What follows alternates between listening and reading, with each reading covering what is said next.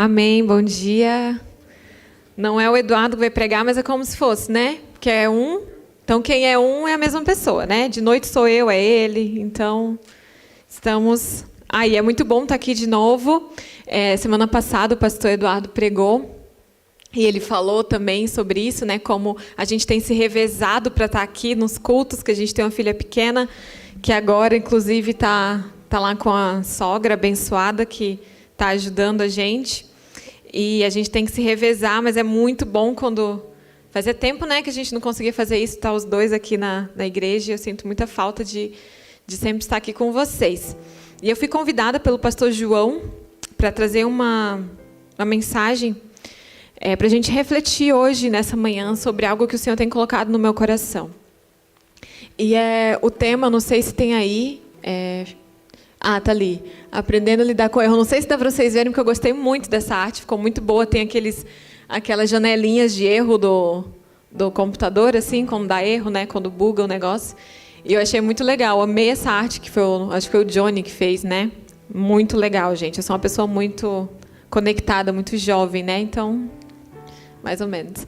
E eu gosto muito de falar sobre esses temas, assim. Eu sempre que eu falo, que eu prego no Quinta Delas também, que é o nosso Ministério de Mulheres, eu gosto muito de falar sobre essas questões que tem mais a ver com o nosso pessoal, né? Ou entendendo as nossas ações, entendendo nossas atitudes, por que nós temos alguns medos, por que nós temos algumas dores, por que a gente sofre por algumas coisas. Normalmente eu falo sobre isso para a mulher, porque... a gente se entende, né? A gente tem ali as mesmas questões, mas eu gosto muito dessa complexidade assim do ser humano, de como o Senhor nos criou mesmo, a imagem e semelhança dele, né? Com aquela capacidade toda de pensar, de sentir, de escolher.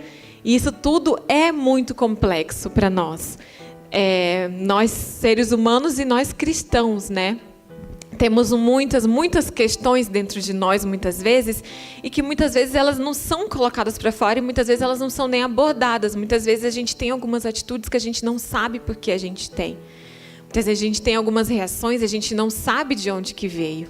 Muitas vezes você tem algum sentimento, alguma angústia, algum medo que te paralisa, que muitas vezes pode parecer até irracional, mas procurando, perguntando para o Senhor e indo um pouquinho mais fundo, muitas vezes a gente consegue encontrar qual é a origem, qual é a razão daquilo. E eu gosto muito. Esses são temas que falam muito no meu coração. E agora a gente ainda está no começo do ano, né? Aqui, eu não sei se em outras culturas isso é comum, mas o brasileiro tem um negócio, eu até falei no Quinta Delas também, no final do ano passado. Quando chega dezembro, a gente já não programa mais nada, né? Está chegando o final do ano, a gente já começa a fechar o ano ali em novembro, finalzinho de novembro, a gente já está encerrando as atividades para muita coisa. Se alguém vem te fazer uma proposta para começar alguma coisa nova em dezembro, eu não sei se tem muita empolgação, porque em dezembro a gente está... já no 47, assim, né? A gente está tentando chegar ali para ter aquele fôlego das férias. E a gente tem essa tradição, é meio comum para a gente. E ainda tem algo mais, que a gente ainda dá uma esticadinha. A gente fala que o ano só começa depois do carnaval. Não é isso? A gente já ouviu muito isso, né? Termina ali no final de novembro e começa depois do carnaval. Então, a gente dá uma pausa, assim, para aquecer, não sei por que nós temos um pouco isso, e é meio tradicional isso. Eu já ouvi isso muitas vezes, eu já falei isso muitas vezes, e no final do ano passado a gente fez uma reflexão muito boa com relação a isso, sobre como o Senhor não vê o tempo, né? Ele não vê como pausa, ele não vê como, não, agora espera um pouquinho, porque vai só depois do carnaval que eles vão voltar. O Senhor não vê dessa forma. O Senhor, para o tempo do Senhor é contínuo. E nós temos os nossos ciclos. E é importante é muito importante aquela reflexão que a gente faz no final do ano, quando a gente começa a ver, nossa, o que eu vou fazer ano que vem? O que eu não vou fazer ano que vem? O que não funcionou para mim em 2020? O que eu quero fazer novo? Começa o projeto fitness, começa o projeto leitura da palavra em um ano. Tipo, todos os projetos que a gente vai começar, daí a gente faz aquela reflexão. Isso é muito importante, isso é muito saudável. Mas algo que o Senhor falou no meu coração, enquanto eu estava escrevendo essa palavra, é que não importa quantas pausas você dê, de dezembro, de janeiro, se é depois do carnaval, quando você vai começar o ano realmente só vai começar diferente se você fizer algo diferente do que você fez no ano passado. Porque os mesmos problemas que você tinha em 2020, se você não os resolver, ele vai com você para 2021. Por mais que o ano seja novo, se as nossas atitudes não forem novas, e não só as atitudes, eu acho que é mais profundo ainda, se nós não entendermos os motivos que nos levaram a ter aquelas atitudes e a gente mudar isso, não, eu quero ir na raiz do problema, se a gente não mudar e se a gente não entender isso, o ano vai ser o mesmo, só vai mudar o número, mas o ano vai ser igual. E aquela história de que o tempo resolve, que o tempo apaga, isso acho que é uma das maiores mentiras, um dos maiores inimigos contra o nosso crescimento, contra a nossa cura. Se tem algo que você quer curar, algo que você não resolveu, e você fica repetindo para você mesma que o tempo vai resolver, esse é um dos maiores mentiras que você está usando, isso vai impedir a cura, isso impede o nosso crescimento. Porque se tem algo que eu aprendi também, gente, é que a dor, o problema é que nem peso, tipo quilo, assim, peso que você ganha, sabe? Quanto mais velho, mais difícil de você se livrar. Entendeu? Então, quanto mais o tempo passa, porque assim, eu quando era nova, eu fazia jejum de um dia, gente, eu perdia 5 quilos. Hoje eu posso passar pão não, nem água. Uma semana, é mais difícil do que era antes. As coisas vão ficando mais difíceis, a gente vai, aí é o nosso metabolismo, mas em relação à tua cura, à minha cura, a gente só vai se tornando mais cheio de mania com relação àquilo. As coisas vão se tornando maiores. Muitas vezes um problema que era pequenininho há 10 anos atrás, hoje, se você não resolveu, ele ganha uma proporção muito grande. E, para mim, eu uso muito essa analogia que eu usei uma vez na casa do oleiro, e faz muito sentido. Eu nunca mais, as pessoas eu acho que não esquecem. É como o peso, é como você ter dificuldade cada vez mais de se livrar daquilo. Então, nós temos que desmistificar algumas coisas com relação aos nossos problemas, aos nossos erros, aos nossos sofrimentos e algumas mentiras que nós estamos carregando conosco, para que Deus possa trabalhar. Deus possa trabalhar naquela área da tua vida que você tem tido dificuldade. E o tema é aprender a lidar com erro. E isso é uma coisa muito difícil, né? É muito difícil. Para quem é perfeccionista, para quem é uma pessoa que tem muita expectativa nas outras, quando alguém erra com você, é muito difícil. Então, não creio que seja um tema fácil, eu não tenho nem essa pretensão, não vou facilitar. Eu só vou trazer uma reflexão daquilo que Deus colocou no meu coração, e eu creio que vai ser algo muito importante para a gente. E uma das perguntas que eu acho que a gente sempre se faz, e eu acho que é bom a gente já conversar com ela desde o começo, é: quem sofre, então? Todo mundo sofre? Todo mundo erra? Quem sofre? Todo mundo sofre, gente. Todo mundo erra. É algo natural do ser humano. Todo mundo que respira sofre. Todo mundo que nasce vai sentir, vai ter emoções, vai ter tanto sofrimento quanto alegrias, felicidade, vai ter capacidade de amar. O fato de você ser ser humano, de eu ser ser humana, faz com que eu, na Terra, tenha dores e tenha sofrimentos. E muitas vezes não é uma resposta lógica a um erro. Por quê? Porque muitas vezes o sofrimento você não escolhe quando ele vai vir, não é uma escolha sua. Algo que está fora da nossa capacidade de controlar. As pessoas que são mais controladoras, né, que são mais planejadinhas, quando acontece alguma coisa fora daquele esquema, é mais difícil para a pessoa assimilar. Mas nem tudo a gente controla. Então, a palavra nos fala em Mateus, eu acho que até passei ali para a Amanda, Mateus 5:45. Um texto que pode fazer a gente entender um pouquinho sobre isso. Porque é o final do texto, porque ele faz raiar o seu sol sobre maus e sobre bons e derrama chuva sobre justos e injustos. Isso quer dizer o quê? Que a terra, que o mundo está aqui para todo mundo. Nós estamos sujeitos a tudo, você sendo justo, sendo injusto, o sol vai nascer sobre quem é cristão, sobre quem não é cristão, a chuva vai cair sobre quem erra, sobre quem não erra, sobre todos nós. Nós estamos na terra sujeitos a tudo que a terra tem de sofrimento, enquanto a gente não é glorificado, enquanto, né, o rei está voltando, mas enquanto ele não volta, enquanto nós não subimos com ele, enquanto ele não nos leva, nós temos que passar pelo que a terra tem de sofrimento. E o próprio Jesus passou por isso e ele nos alertou que também passaríamos por isso. Então, todo mundo sofre. Muitas vezes você... por que eu estou tirando isso já no começo, né? Porque algumas vezes eu já ouvi isso também. Muitas pessoas tentam justificar ou explicar muito o sofrimento. Esse sofrimento está acontecendo por isso, por isso, por isso. Não, isso que está passando está acontecendo isso, isso, isso. Eu já ouvi muitas pessoas falando assim, fulano me falou que eu estou passando por essa dor por causa disso. E muitas vezes, gente, são simplesmente reações naturais do ser humano, e a gente tem que lidar com isso. Muitas vezes não é uma consequência lógica de algo que aconteceu. Muitas vezes o sofrimento ou a dor não é o resultado de um pecado.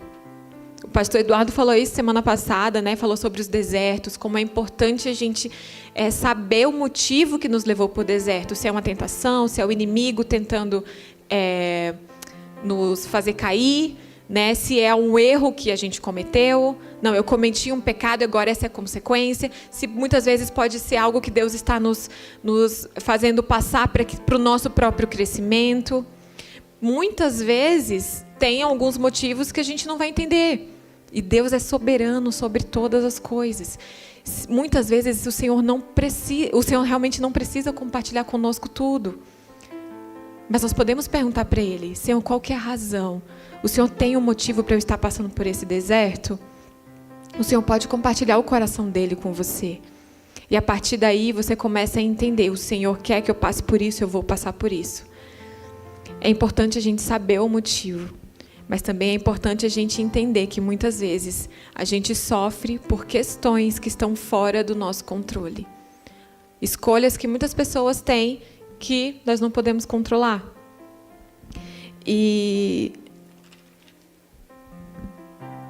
um segundo problema que eu vejo do erro, um grande problema que eu vejo no erro, que eu creio que seja bíblico, a gente depois vai passar uns textos mais específicos, a gente vai analisar algumas histórias de umas pessoas que erraram, enfim, para a gente poder entender um pouquinho, mas eu creio que o problema do erro é como você vai passar por ele, é como eu vou passar por ele, é como você vai enfrentar, e se você vai enfrentar. Biblicamente, é muito mais importante como você lida com o seu erro do que o seu próprio erro. Porque muitos homens de Deus erraram na Bíblia. A diferença entre eles é que alguns se arrependeram e outros não. E o Senhor é misericordioso o suficiente para restaurar e para nos perdoar e nos purificar, como a palavra fala, nos purificar de toda injustiça quando nós nos arrependemos. E quando nós olhamos para o nosso erro e nós estamos dispostos e dispostas a enfrentar as consequências, muitas vezes, dele, mas de forma humilde, colocando aquilo diante do Senhor. E algumas escolhas que nós temos na nossa vida trazem... Acho que todas as escolhas é uma questão meio lógica que a gente já aprende ali na escola, que tudo que a gente faz existe uma reação, uma consequência para aquilo. Então, com quem você vai casar gera uma consequência. A faculdade que você vai escolher fazer gera uma consequência. Não adianta você, eu vou fazer faculdade de Direito, mas eu vou estudar Medicina. Não, na faculdade de Direito você vai estudar todas as questões que são relacionadas ao direito. E você vai se formar de acordo com a faculdade que você escolheu. Nós não temos como querer resultados diferentes de uma escolha que nós fizemos. Então, nós precisamos aprender a enfrentar as escolhas e a entender as consequências das nossas escolhas. O casamento que você escolheu, como eu falei, o que é que vai gerar do teu casamento? Aquilo que você estava plantando no namoro, no noivado, aquilo que você entendeu que seria importante ou que Deus colocou para você como noivo, como noiva. E você falou, não, agora eu vou... O que vai vir no pacote, né? Você tem que entender o que vai vir no pacote quando você decide casar. Porque daí você vai ter que lidar sempre, todo dia, com aquela escolha que você tomou. Todas as coisas maravilhosas que vêm e também as coisas difíceis que vêm dessa escolha. Porque nós escolhemos e nós decidimos escolher. Algo muito importante que a palavra, e Paulo sempre nos exorta isso. Nós temos que ser maduros. Nós temos que ser, falar, irmãos, sejam maduros, busquem sempre crescer. Fujam da infantilidade da sua fé. O que isso quer dizer? Você precisa também, muitas vezes, aprender a lidar com aquilo que você escolheu. Você precisa também aprender, muitas vezes, a lidar com aquilo que o Senhor colocou diante de você, com aquilo que o Senhor tem para você, se você é um filho e uma filha de Deus. Nós queremos tudo que o Senhor tem para nós. Tudo, quando a gente fala tudo, é tudo. E muitas vezes são bênçãos maravilhosas, às vezes são algumas dificuldades que nos fazem crescer. E nós temos que aprender a lidar com tudo. Isso vai trazer crescimento. Isso vai nos gerar maturidade na fé. E não só na fé. Quando a gente amadurece na fé, a gente amadurece como pessoa, a gente amadurece como ser humano, a gente amadurece como esposa, a gente amadurece como marido, a gente cresce como filho, a gente cresce como profissional. Quando nós crescemos na fé, você pode ver, todas as suas áreas da sua vida são interligadas, né? Não existe como você separar a tua vida cristã da tua vida, entre aspas, real, lá fora. Então, quando você cresce em uma área, você cresce em todas elas, porque o Senhor tem plenitude de vida para nós. Então é isso que Paulo fala, busque sempre amadurecer, busquem sempre crescer. E existe, a gente tem que ter muito cuidado com alguns movimentos, né? Eu vejo um pouco disso, como a gente às vezes pode cair naquele erro e naquela facilidade de muitas vezes a gente não querer aceitar muito bem ou terceirizar a culpa. Não, aconteceu algo comigo, muitas vezes algo que nós fizemos, a gente quer terceirizar para alguém. Não se cobre tanto, você já ouviu isso? Isso é fato, a gente não pode se cobrar além daquilo que nós podemos fazer. Mas nós precisamos nos cobrar de acordo com aquilo que o Senhor nos propôs para fazermos. Existe uma diferença. Eu conversava no clube do livro com as meninas que a gente estava fazendo e uma das irmãs compartilhou, né? Eu estava sofrendo muito, ela estava passando por uma dificuldade, só que era uma dificuldade que ela via crescimento, né, naquela dificuldade. Ela é uma mulher assim, que eu admiro muito, muito madura na fé. E chegou uma pessoa e falou para ela, não se cobre tanto, você não pode se cobrar, não cobre isso de você. Só que ela falou para mim, o Senhor está me falando o contrário, que eu preciso me cobrar nessa área porque Ele quer gerar crescimento em mim. Então é diferente você se cobrar além daquilo que o Senhor te pediu. Isso daí gera peso, mas nós precisamos nos cobrar e nós precisamos ser responsáveis por aquilo que o Senhor nos pediu para fazer. Nós somos responsáveis, você é responsável por aquilo que o Senhor te pediu e por aquilo que o Senhor te confiou. Se você está se cobrando, mas eu não sei, eu estou querendo fazer tudo ao mesmo tempo, o Senhor te pediu, não sei, mas eu quero fazer, isso vai te gerar cansaço, isso vai te gerar esgotamento. Não vá além, tanto na cobrança quanto na responsabilização daquilo que o Senhor te pediu para fazer. Mas se Ele pediu, nós vamos ser cobrados, a palavra nos fala isso. Nós vamos ser cobradas de acordo com o que Ele nos confiou. Amém? É uma responsabilidade grande, mas é um presente maravilhoso. Chegar diante do Senhor. Senhor, eu combati o bom combate. Isso é um versículo que eu amo. Eu combati o bom combate. Eu terminei a carreira e eu guardei a minha fé. É isso que nós temos que falar diante do Senhor quando Ele voltar. Mas existe uma parte que é nossa. Existe uma responsabilidade que é do cristão. Mas também existe algo que nós podemos ter mais dificuldade ainda, que é quando erram com a gente. É difícil, né? É muito difícil. Às vezes é até mais fácil a gente lidar com o nosso erro do que quando a gente põe expectativa em alguém e nós somos traídos, nós somos enganados, a pessoa não corresponde tanto daquilo que você dá, parece que você dá uma légua, a pessoa não dá nem meia. Então, quando erram com a gente, quando erram com você? Eu creio que nós conseguimos saber muito de nós mesmos e de uma pessoa através da reação dela, através daquilo que ela pega de surpresa. Parece que a gente consegue conhecer melhor as pessoas através da reação. Por quê? Porque a atitude, a ação, aquilo que você vê no dia a dia, a pessoa pode planejar. As ações, elas são planejadas, mas as reações, elas são inesperadas. Então, você pega a pessoa de surpresa quando elas reagem, né? Quando eu reajo, quando você reage, você é pego de surpresa. E parece que vem uma pessoa assim de você que você nem sabia que existia dentro de você. Então, eu vou contar para vocês uma história. Eu não recomendo que vocês reproduzam, mas eu vou compartilhar com vocês para vocês entenderem o que eu estou falando. Há uns anos atrás, há uns 7, 8 anos atrás, quando eu fazia faculdade, eu estava voltando da faculdade de noite, eu morava ali no Bigorrilho, aqui perto da Praça da Ucrânia, e eu estava voltando de ônibus, eram umas 8h30, talvez, da noite, e ali é muito tranquilo, assim, né? Era sexta-feira, ali tem feirinha, quem conhece tem a feirinha da Praça da Ucrânia na sexta-feira, então estava muito cheio. O ônibus parou bem ali na frente, estava muito lotado de gente. E eu nunca tive problema nenhum, sempre descia ali, já descia 10h30, 11 horas da noite, quando eu voltava da aula, e estava tranquilo. Mas nesse dia, 8h30 da noite, um abençoado chegou perto de mim, com aquele montaréu de gente perto, andando na calçada, e ele falou alguma coisa para mim quando eu desci do ônibus. Daí eu não entendi direito, daí ele falou, o celular, passa o celular. Aí e ele com as mãos no bolso, assim, do moletom, né? Ele passa o celular. Daí eu paralisei, eu falei, meu Deus do céu. Daí o quê? O celular, passa o celular. Daí eu falei, não vou dar. Não dou. Gente, eu tinha acabado de ganhar o celular. Tipo assim, eu tinha voltado de férias, era o começo do ano, não sei, eu ganhei no Natal o celular, um celular novo. Imagina, tinha ganhado um iPhone novo naquela época. Eu falei, não dou, não vou dar. Daí ele parou assim, como é que é? Eu falei, não vou dar. E ele com a mão no bolso, eu não sabia se o cara estava armado, não sabia se ele tinha uma faca, não sabia o que ele tinha, né? Eu falei, não dou.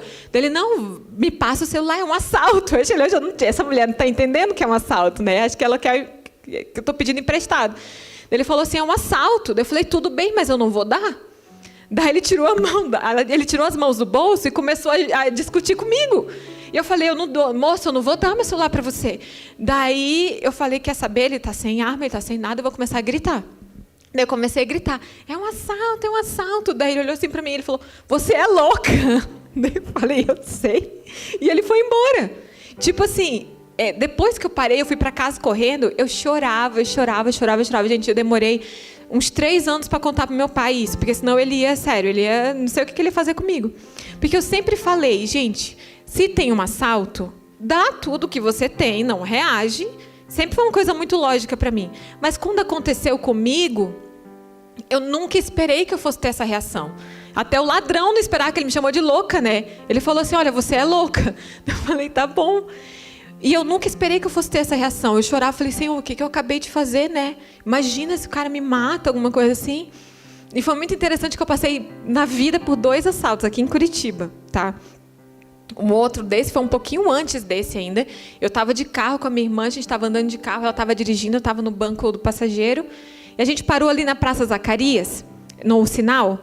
E aí ela estava dirigindo, a minha janela estava aberta, o cara chegou também, tipo assim, parece que tem, né? Parece que, né? Não sei o que eles pensam. Daí o cara chegou na porta ali, enquanto o sinal estava fechado, e falou, me passa o dinheiro, com a mão no bolso também. Me passa o dinheiro. Daí eu, o quê? Dele, dinheiro, eu quero dinheiro. Daí eu falei, tá bom. Daí eu, com toda a calma, abri minha carteira. Tinha umas notas lá, né? Tinha 50, tinha umas notas menores. Eu tirei R$5. E eu dei para ele. Daí ele falou, moça, é um assalto. Eu falei, tá aqui. E aí abriu o sinal, minha irmã arrancou. E o cara ficou eu acho que sem entender.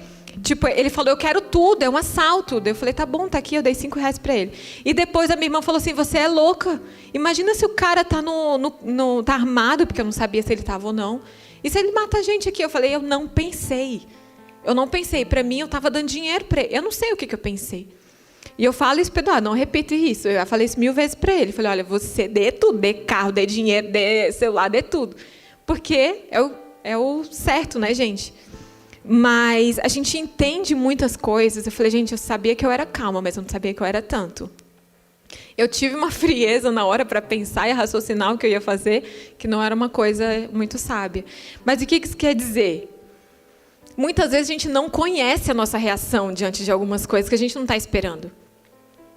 A gente não entende. Pode ser que você tenha tido algum comportamento e alguma pessoa tenha falado para você, nossa, você foi tão calma, não imaginei que você fosse, você é tão estourada.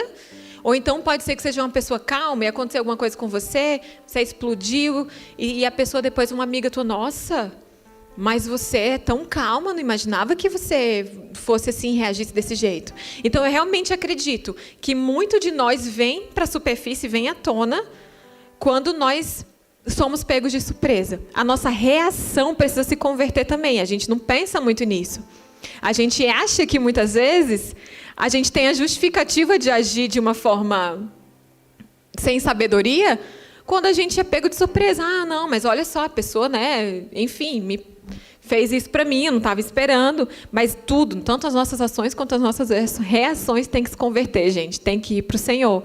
Porque nós não sabemos o que tem debaixo da superfície, só quando nós somos pegos com alguma situação que a gente não estava esperando. E aí, quando alguém erra com a gente, como que a gente lida com isso? A gente vai ver hoje a história de uma pessoa que a gente conhece muito, provavelmente vocês já ouviram muitas vezes, mas essa pessoa na Bíblia dá aula de como lidar. Ele ensina do começo da vida dele até o final. E olha que aconteceu muito com ele. Ele ensina, ele dá aula de como nós temos que reagir, como nós temos que reagir quando alguém erra conosco. Como que você tem reagido quando quando algo sai da tua expectativa, do teu planejamento? Como eu falei, eu escrevi um texto no final do ano passado para o nosso Instagram também, sobre 2021, né? A gente já começa 2021 cheia de planner, né? Cheia de agenda, cheia de calendário. Eu amo. Eu sento na mesa da minha casa, escrevo nas agendas, pinto, eu tenho um lápis de cor para pintar, não sei o quê, pinto as emoções. Mas, e como a gente reage quando as coisas saem daquilo que a gente tinha planejado? Isso é muito difícil. Muitas vezes, alguém faz algo para você que vai gerar consequência na tua vida, talvez para sempre, e você nem escolheu aquilo, e você nem decidiu aquilo. E aí, como que a gente faz? Eu não tive nem direito de escolher.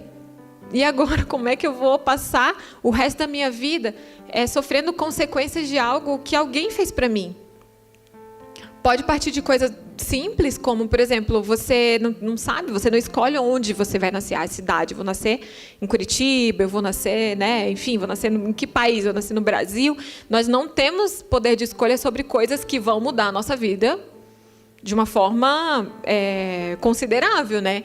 Os teus pais, a gente não escolhe a nossa família. Muitas coisas estão fora do nosso controle. Até coisas mais importantes, coisas mais sérias. Eu já contei no testemunho, já falei para vocês muitas vezes aqui, né, tanto no Quinta para as mulheres, de como eu tive que lidar com rejeição, né, da parte da minha mãe desde pequena, dificuldades no casamento dos meus pais, eu fui criada pelo meu pai. São questões que, quando eu era pequena, estavam fora do meu controle, totalmente fora. Eu não lidei da melhor forma quando eu cresci, não lidei com elas da melhor forma, porque eu entendia como injustiça, e o ser humano tem dificuldade de lidar com a injustiça. Eu já ouvi isso até de uma psicóloga, que uma das maiores dores do ser humano é ser injustiçado. É ele se sentir injustiçado. E quando erram com você, quando erram conosco, uma das dores que vem à tona, uma das maiores forças até que regem e que te motivam muitas vezes a querer vingança é a injustiça. Na nossa cabeça, eu passei muitos anos, remoendo isso, o que tinha me acontecido. Eu passei da infância para a adolescência, muitas vezes com aquele sentimento de quando eu puder, eu vou fazer a pessoa pagar. Por quê? Isso nasce de um sentimento de injustiça. Então, nós temos que ter muito cuidado com o nosso senso de justiça. Do Senhor é toda a justiça. O Senhor é rei e juiz. Então, por que a palavra toma tanto cuidado com isso? Para sempre exaltar a soberania, a justiça de Deus. Quando você está cantando a justiça de Deus, quando você está exaltando a justiça de Deus, você está dizendo que você abre mão da tua própria justiça e que Ele julgue de acordo com o que Ele quiser. E isso é o que é mais saudável, tanto para as nossas emoções, quanto para os nossos relacionamentos, quanto para a sua vida no todo. Tudo que você vai fazer, enquanto você estiver agarrado há um senso de justiça própria, a sua vida não pode não caminhar. Porque o senso de justiça alimenta a vingança. O senso de justiça vai sempre querer alimentar o teu desejo de vingança. E pode parecer pesada essa palavra vingança, gente. Pode parecer que para você que não se aplica a mim. Mas se a gente for no profundo, pedir para o Senhor sondar o nosso coração, a vingança pode ser algo muito sutil. O sentimento de vingança que a gente está alimentando pode ser algo muito pequeno. Pode ser que você esteja falando ou pensando, justificando algumas atitudes para você. Eu vou fazer isso aqui, porque para mostrar para aquela pessoa, para mostrar para minha mãe lá atrás, que quando ela não me quis, vocês estão entendendo? A tua motivação está sendo um desejo de vingança. Não, eu vou fazer porque é o que o Senhor tem para mim. Eu vou fazer isso porque é o que Deus quer de mim. Existe uma diferença gigantesca. Porque daí, se você não alcança aquilo que você quer, você pode se tornar uma pessoa amargurada, você pode se tornar uma pessoa paralisada, que você não vai caminhar, você não vai viver o que Deus tem para você. Então, nós temos que ter muito cuidado com o nosso senso de justiça própria. A palavra nos fala que a nossa justiça é como trapo de imundície para o Senhor, ou seja, Ele sabe todas as coisas, Ele tem o melhor. E nós não sabemos, nossa visão é muito limitada. E quem que é essa pessoa, então, que dá aula desde a juventude, desde a adolescência até quando ele morre, sobre como lidar com o erro dos outros? Uma pessoa que não pediu para ser o favorito, ele não escolheu, ele não pediu para o pai dele gostar mais dele. Ele não pediu para ganhar a túnica, ele não pediu para nascer na família que ele tinha nascido. Daí ele foi vendido pelos irmãos e teve que lidar com a situação. José não pediu para estar naquela situação, vocês entendem? Ele não pediu, e ele não pediu para ser jogado no poço, ele não pediu para ser vendido, mas ele foi. E aí a realidade dele agora era: amado, você agora não é mais o filho queridinho mimado de casa. Você agora é escravo. E o que você vai fazer com isso? E quantas vezes a vida não nos coloca, nessas situações? Querida, agora você não é mais isso. Agora você está sendo colocado em outra posição. E o que você vai fazer com isso? O que você vai fazer com a tua realidade nova? E ele foi vendido, a gente já sabe a história, né? Vocês, quem lembra, ele foi vendido, foi parar na casa do Potifar, Potifar comprou ele. E eu gosto muito da história de José, e agora eu vou falar com vocês o que eu acho que passava na cabeça dele. Eu acho, tá, gente? Porque eu não adivinho, eu não leio o pensamento. Mas o que eu acho que passava? Ai, nossa, meu pai me ama muito, ai, que legal, vou compartilhar o meu sonho. Compartilhei. Ai, nossa, estão ali os meus irmãos, vou lá encontrar com eles. Nossa, fui jogado no poço, tá, mas o que eu posso fazer agora para sair daqui? Nossa, fui vendido como escravo, tá, mas como que eu posso glorificar a Deus para onde eu vou? Aonde eu vou? Estou na casa de Potifar. Como eu posso honrar a Deus aqui na casa de Potifar? Daí ele é colocado como o maior na casa de Potifar, porque o pensamento dele era: o que eu posso fazer para honrar Deus aqui onde eu estou, nessa circunstância nova? As coisas mudaram. Fui pego de surpresa. Qual que vai ser a minha reação? Não, como que eu posso honrar Deus aqui nesse lugar? Foi colocado como maior na casa de Potifar. Agora a mulher de Potifar está dizendo que eu abusei, que eu tentei abusar dela. Nossa, estou na prisão, fui preso. Como que eu posso honrar o Senhor na prisão? Aí ele foi o melhor prisioneiro que ele podia ser, e está aqui o carcereiro, está aqui a chave. Você cuida para mim porque eu confio em você. O cara era um dos prisioneiros e ele estava com a chave da prisão. Então o pensamento dele era: como eu posso honrar o Senhor com a minha vida aqui nessa prisão? Nossa, o rei teve um sonho e agora você pode interpretar. Como que eu posso fazer os planos de Deus interpretando o sonho agora do faraó? Como que eu posso honrar a Deus? Interpreta o sonho. O que Faraó faz? Agora você é governador sobre o Egito, você é o segundo. Depois de você, acima de você, só eu. Como que eu posso honrar o Senhor governando o Egito? E ele governou da melhor forma, nós sabemos que ele governou da melhor forma que ele poderia. Porque o mundo estava sem comida e o Egito tinha provisão, porque José obedeceu à voz do Senhor na circunstância em que ele estava. Agora eu pergunto uma coisa para vocês: ele não podia estar parado lá naquele poço emocionalmente? Porque ele foi jogado no poço pelos irmãos. Ele podia estar remoendo isso até aquele momento.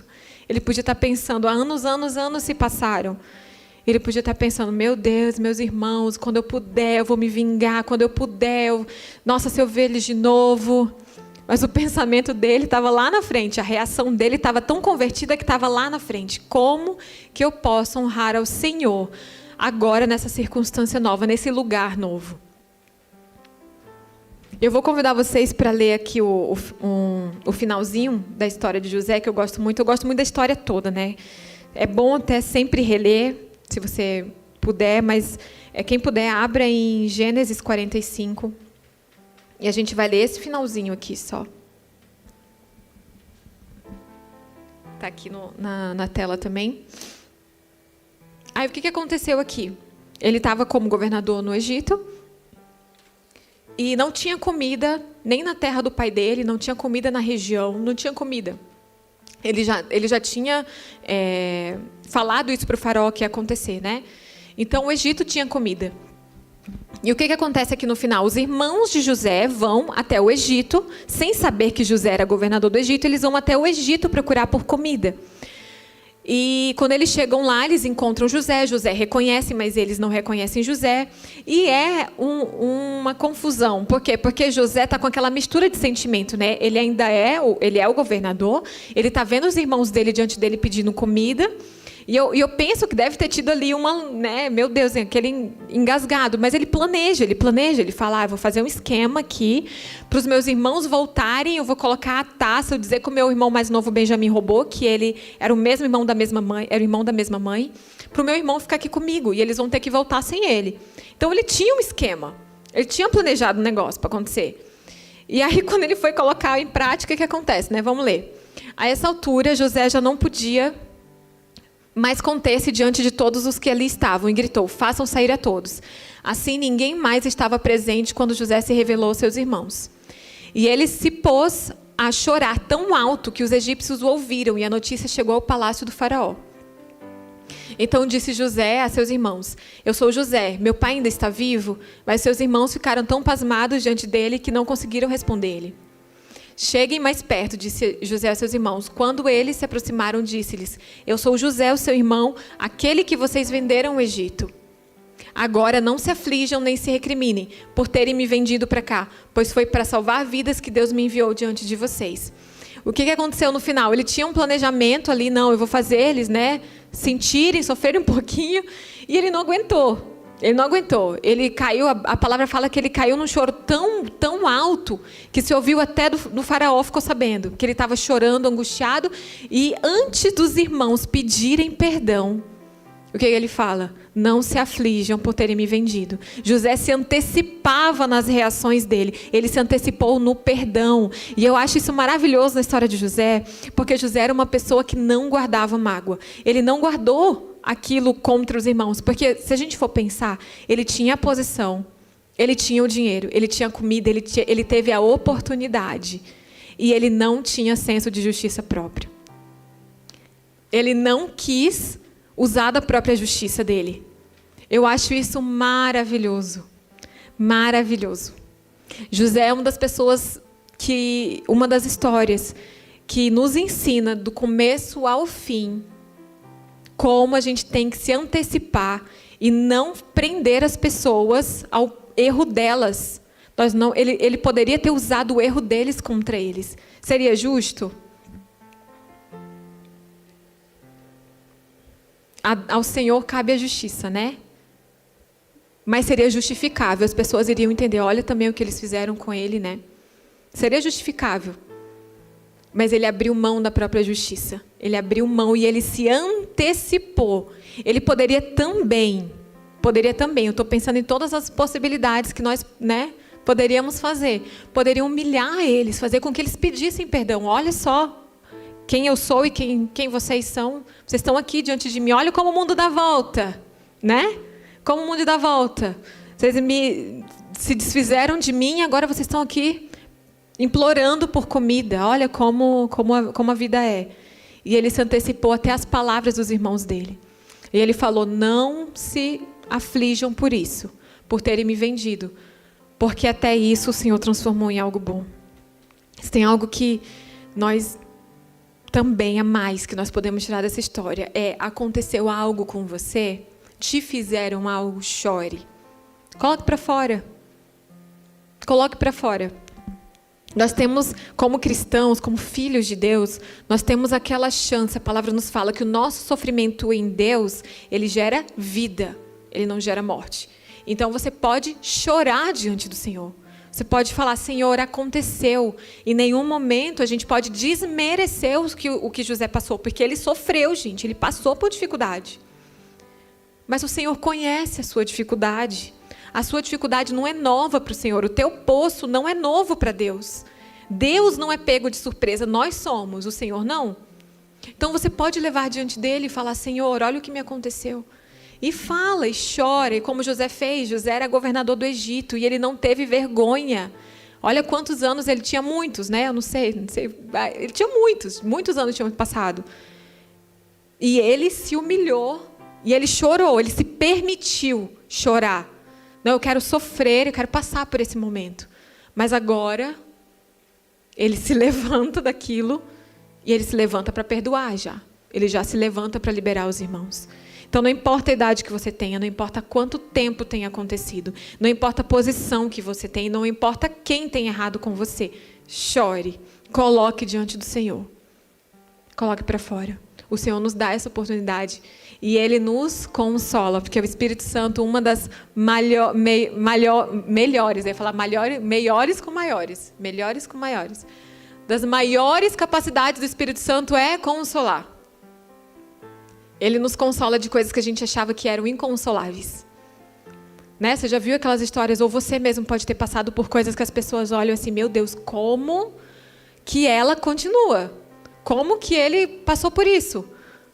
Meu Deus, se fosse eu, o Espírito Santo nos consola de coisas que as pessoas achavam que eram inconsoláveis, que não tinham mais jeito. E o Senhor faz isso. Então chore diante dele. E outra coisa é fale a verdade. A verdade estava aqui, né? Estava já na boca de José. Enquanto você, a palavra nos fala também, enquanto você esconde o seu pecado, enquanto você se cala, os seus ossos secam. Isso quer dizer muita coisa. Isso pode dizer que você entra em depressão. Isso pode dizer que muitas vezes você adoece. Não tem as doenças que são as psicossomáticas, as coisas que você vai guardando, e muitas vezes não tem nenhum fundo físico, de sentimental, é algo que você está guardando. Então, fale a verdade. Fale, aconteceu isso. Não, eu preciso resolver. Eu preciso resolver. Não guarde a pessoa no erro que ela cometeu com você. Não prenda a pessoa ao erro que ela cometeu com você. Porque a palavra também nos fala que quando nós prendemos alguém que errou conosco, quem fica preso somos nós.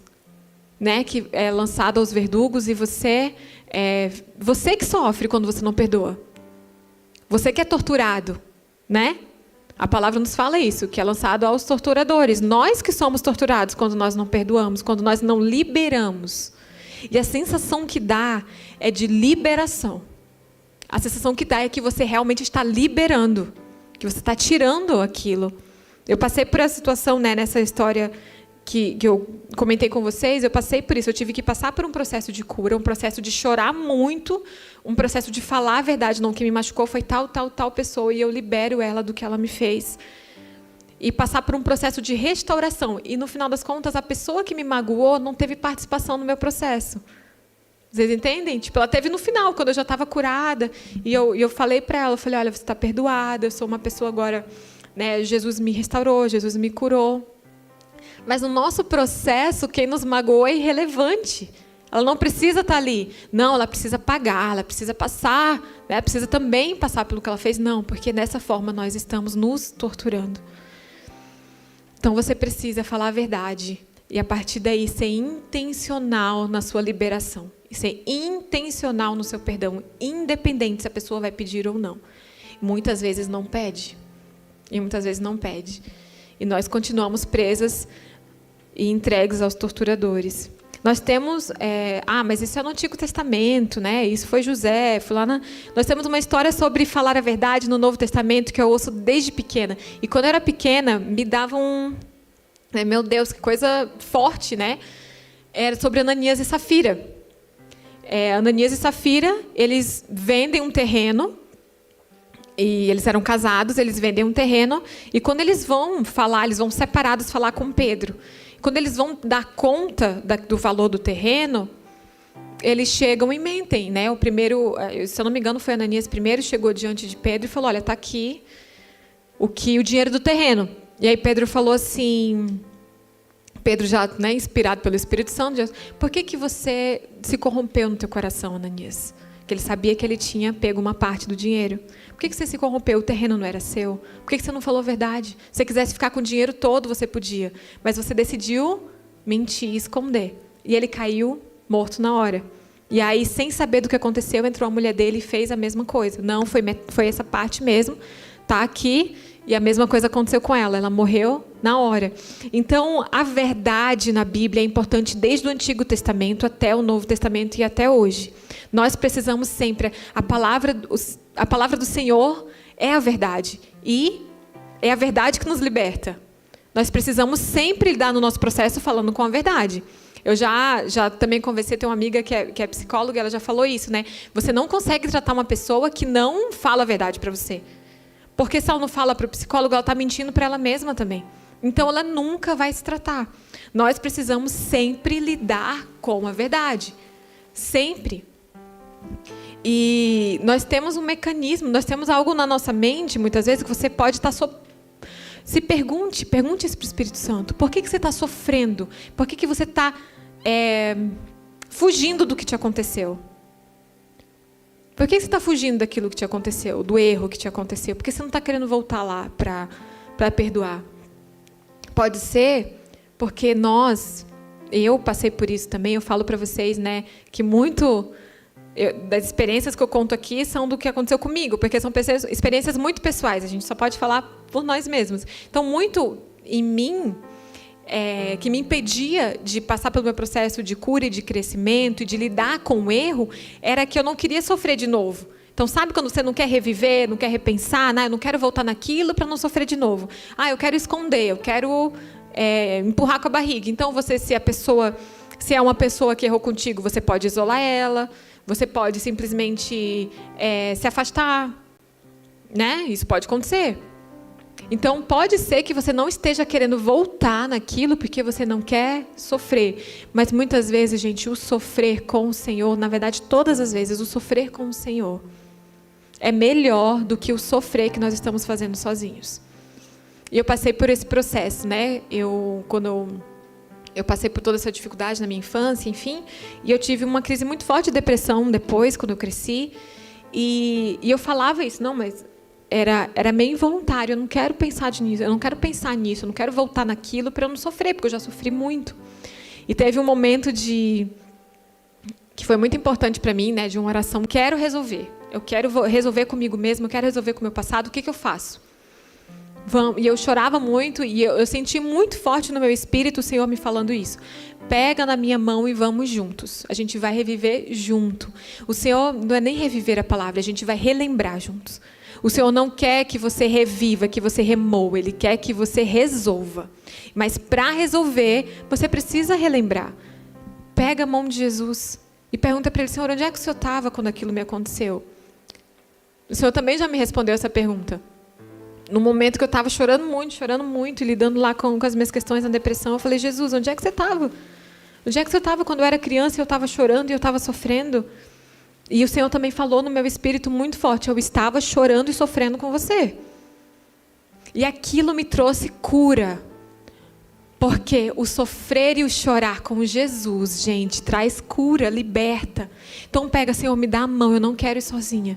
Eu preciso enfrentar isso, vamos comigo. E o Senhor vai com você, o Senhor vai na tua história com você. E Ele te ajuda a passar por aquilo. E depois que você passa, você ganha ferramenta para passar por outras dificuldades. E aquilo que você achou que era o maior problema do mundo, depois de 10 anos curada, você olha para trás e fala: meu Deus, olha de onde eu saí, olha o que o Senhor fez por mim. Não é? A gente não passa por uns problemas depois de uns anos que a gente resolve e fala: nossa, parecia tão grande. E com o Senhor as coisas têm umas proporções menores do que elas são, porque nós somos curados com Ele. E você pode decidir vencer esses momentos ou ser sugado por Ele. mas nós vamos passar pelas dificuldades.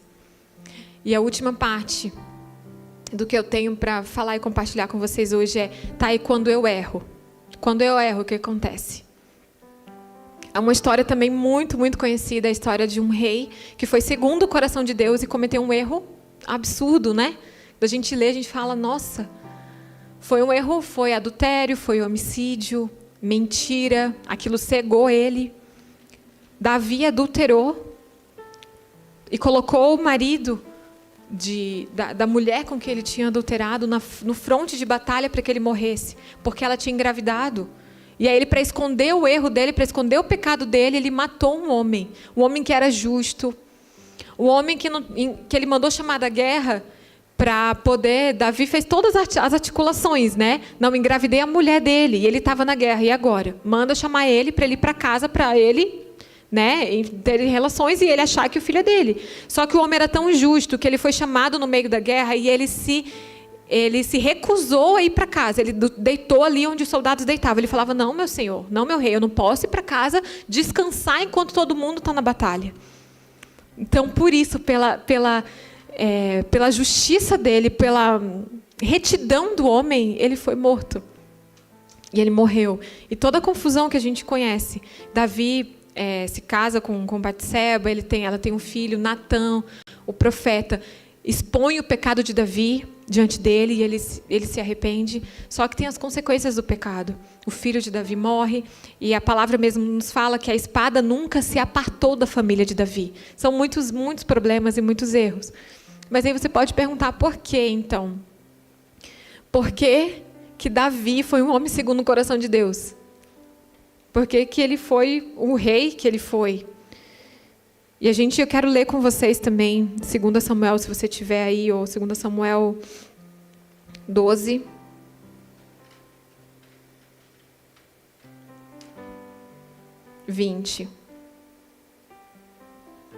Está aqui também, né?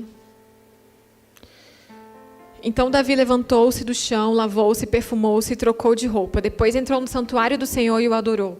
E voltando ao palácio, pediu que lhe preparasse uma refeição e comeu. Isso aqui aconteceu depois que o filho de Davi morreu. E ele estava jejuando, ele estava orando, ele estava pedindo ao Senhor para que aquilo não acontecesse. Mas o filho dele morreu. E depois que isso aconteceu, depois que ele recebeu a notícia, a palavra nos fala aqui nesse texto que ele tomou um banho, se lavou, foi no santuário adorar ao Senhor e foi se alimentar. É uma situação que eu não consigo nem medir a dimensão do sofrimento, da dificuldade. Mas ele já estava lidando com as consequências do pecado dele.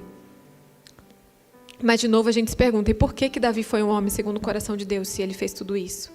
Lembra que eu falei para vocês que o importante mesmo é como nós lidamos com o nosso erro. E a gente vai ver agora como que Davi lidou com o erro dele. Salmo 51. Vamos ler juntos. Aqui no início, se você tem uma Bíblia aí, ou no celular, uma Bíblia de papel, você vai ler que antes do versículo 1 está escrito: para o mestre da música, Salmo de Davi, escrito quando o profeta Natã veio falar com Davi, depois que este cometeu adultério com Batseba. Tá? Então, esse é o início. E aí ele começa: tem misericórdia de mim, ó Deus, por teu amor, por tua grande compaixão, apaga as minhas transgressões. Lava-me de toda a minha culpa e purifica-me do meu pecado. Eu quero que vocês leiam isso pensando no contexto agora, tá? Pensando que Natã tinha acabado de sair e ele tinha sido exposto no pecado dele. E ele, depois do adultério com Batseba, ele vai e escreve esse salmo. Então, esse é o contexto do salmo. Pois eu mesmo reconheço as minhas transgressões e o meu pecado sempre me persegue. Contra ti, só contra ti pequei e fiz o que tu reprovas, de modo que justa é a tua sentença e tens razão em condenar-me. Sei que sou pecador desde que nasci, sim, desde que me concebeu minha mãe. Sei que desejas a verdade no íntimo e no coração me ensinas a sabedoria. Purifica-me com isopo e ficarei puro, lava-me e mais branco do que a neve serei. Faze-me ouvir de novo júbilo e alegria, e os ossos que esmagaste exultarão. Esconde o rosto dos meus pecados e apaga todas as minhas iniquidades. Cria em mim um coração puro, ó Deus, e renova dentro de mim um espírito estável. Não me expulses da tua presença, nem tires de mim o teu Santo Espírito. Devolve-me a alegria da tua salvação e sustenta-me com o espírito pronto a obedecer. Então ensinarei os teus caminhos aos transgressores, para que os pecadores se voltem para ti. Livra-me da culpa dos crimes de sangue, ó Deus, Deus da minha salvação, e a minha língua clamará a tua justiça. Ó Senhor, dá palavras aos meus lábios, e a minha boca anunciará o teu louvor. Não te deleitas em sacrifícios, nem te agradas em holocaustos, senão eu os traria. Os sacrifícios que agradam a Deus são um espírito quebrantado, um coração quebrantado e contrito. Ó Deus, não desprezarás. Quando a gente lê esse salmo com o contexto, ele tem um peso diferente, não tem? A gente vê um homem real, com um pecado real, com um erro real, escrevendo um dos salmos, que eu acho que tem mais música desse salmo aqui do que de muitos outros, que até hoje nos fala como exemplo de quebrantamento e humilhação. Ele se colocou diante do Senhor falando o quê? A tua sentença é justa. Eu aceito, eu errei, eu pequei. Mas, por favor, não tire o teu espírito de mim. Cria em mim um coração puro e renova um espírito inabalável. E o que ele fala no final? Que é uma das chaves para a gente entender como a gente tem que lidar com o erro. Que um coração quebrantado o Senhor não rejeita. Então não importa. O Senhor sempre, sempre, desde o início até o final da Bíblia e até até Ele voltar, Ele sempre vai nos orientar. Ele sempre vai falar: filha, filho, está aqui a bênção e a maldição, a vida e a morte. Escolhe, você tem o poder de escolher. Ele sempre vai nos orientar, mas o que ele fala? Escolhe a bênção para que você viva. Ele nos orienta, certo? Ele sempre, desde o Antigo Testamento até para sempre, ele orienta os seus filhos, o que ele acha que nós devemos fazer.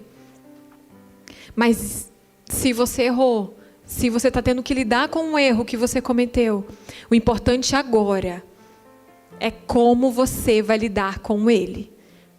E a palavra te garante que um coração quebrantado o Senhor não rejeita. Tanto é que Davi foi e é considerado até hoje um homem segundo o coração de Deus, porque ele não recusou a humilhação e o quebrantamento. Ele se arrependeu.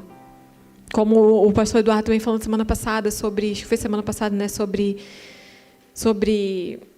Zaqueu, né? Como ele errou, ele era conhecido como alguém que roubava os impostos, e quando ele aceitou a Cristo, quando ele teve um encontro real com Jesus, o que ele fez? Ele não só se arrependeu, como ele restituiu.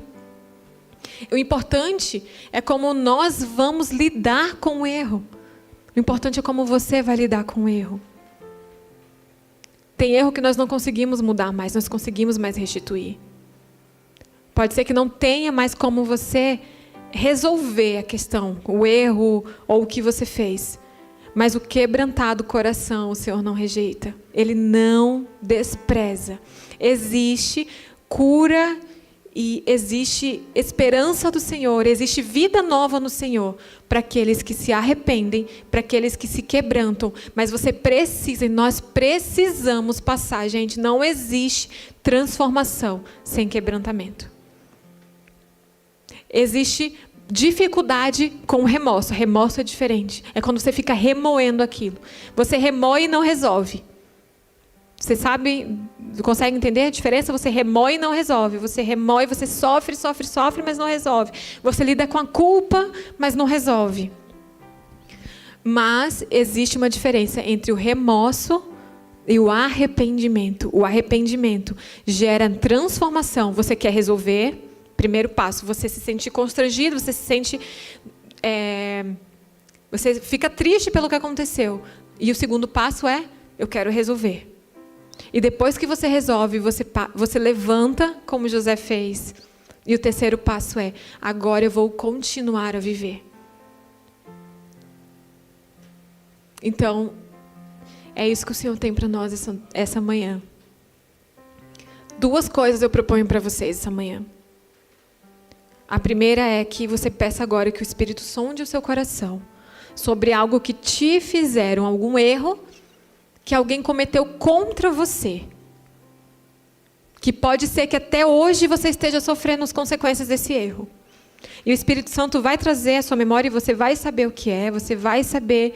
O Espírito Santo ele é muito claro quando ele quer curar e quando ele vai curar. Ele é muito claro, ele é muito específico. Então pode ser que muitas vezes você perceba no seu espírito um nome. Pode ser que seja um lugar. Não, agora está vindo no meu coração um lugar. Que pode ser um lugar que você foi machucado, que você foi magoada. Pode ser que o Espírito Santo traga à sua memória agora uma música, que é uma música que vai trazer alguma lembrança para você. O Espírito Santo ele é muito claro, gente. Quando ele vai fazer a obra, ele é muito claro. Ele não faz pela metade. Então peça ao Senhor agora esse discernimento no teu espírito. Senhor, existe algo. Erraram contra mim. A minha reação tem sido essa, mas eu quero converter a minha reação. Eu quero te entregar o meu senso de justiça. Essa manhã o que o Senhor nos pede, te pede, é o senso de justiça. Entregue para Ele o teu senso de justiça. Porque Ele pode estar alimentando um desejo de vingança no teu coração. Peça ao Senhor agora para que Ele traga isso à tua memória. E se isso fizer sentido para você, que eu vou falar agora, essa madrugada o Espírito trouxe ao meu coração. E acontece isso algumas vezes quando o Senhor tem algo específico para fazer. Ele trouxe ao meu coração algo sobre o espírito de morte. E eu levantei nessa madrugada e eu repreendi esse espírito de morte. Mas pode ser que você esteja lidando com isso por alguma razão. Muitas vezes a depressão leva a isso. Então, eu peço para o Espírito Santo esse discernimento. Não, eu estou realmente tendo que lidar, não só comigo, mas na minha família, com o espírito de morte. Ele tem sido muito presente na minha vida. Peça discernimento ao Espírito agora, ao Espírito do Senhor, para que Ele traga isso à luz. A gente cantou, não há escuridão no reino do Senhor, há luz. O Senhor está colocando luz agora, onde você acha que está confuso, você não está entendendo. O Espírito Santo está levando luz agora. Senhor, coloca a luz agora, Senhor. Traz luz do teu Espírito, Senhor, em nome de Jesus. Quero pedir para você baixar a cabeça, fechar os olhos. Se isso faz sentido para você, nós vamos orar especificamente. Levanta a mão onde você está. Especificamente sobre a questão do espírito de morte. Se faz sentido, amém, nós vamos orar. Se isso faz sentido não só para você, mas na sua família. Continue orando, continue orando. A segunda proposta que tenho para você essa manhã é o quebrantamento. Gente, eu vou falar algo para vocês. O quebrantamento é realmente como a Bíblia descreve que aconteceu com José. O quebrantamento é com dor, é com gemido, é clamor. O quebrantamento é assim. Nós nos colocamos numa posição em que nós não temos mais nada diante do Senhor. Esse é o quebrantamento. Então essa é a proposta que eu tenho do Senhor para você. Quebrantamento diante do erro. Se quebrante, se desnude diante do Senhor. O Senhor já estava lá, o Senhor não é pego de surpresa. Passe pelo quebrantamento e você vai chegar na última fase. Você vai chegar no viver a plenitude do que o Senhor tem para você. E não só para você, para sua casa, para sua família, para sua geração, para o seu legado, para os seus filhos, para os seus amigos que convivem com você. É plenitude do Senhor, mas isso passa pelo quebrantamento de Deus.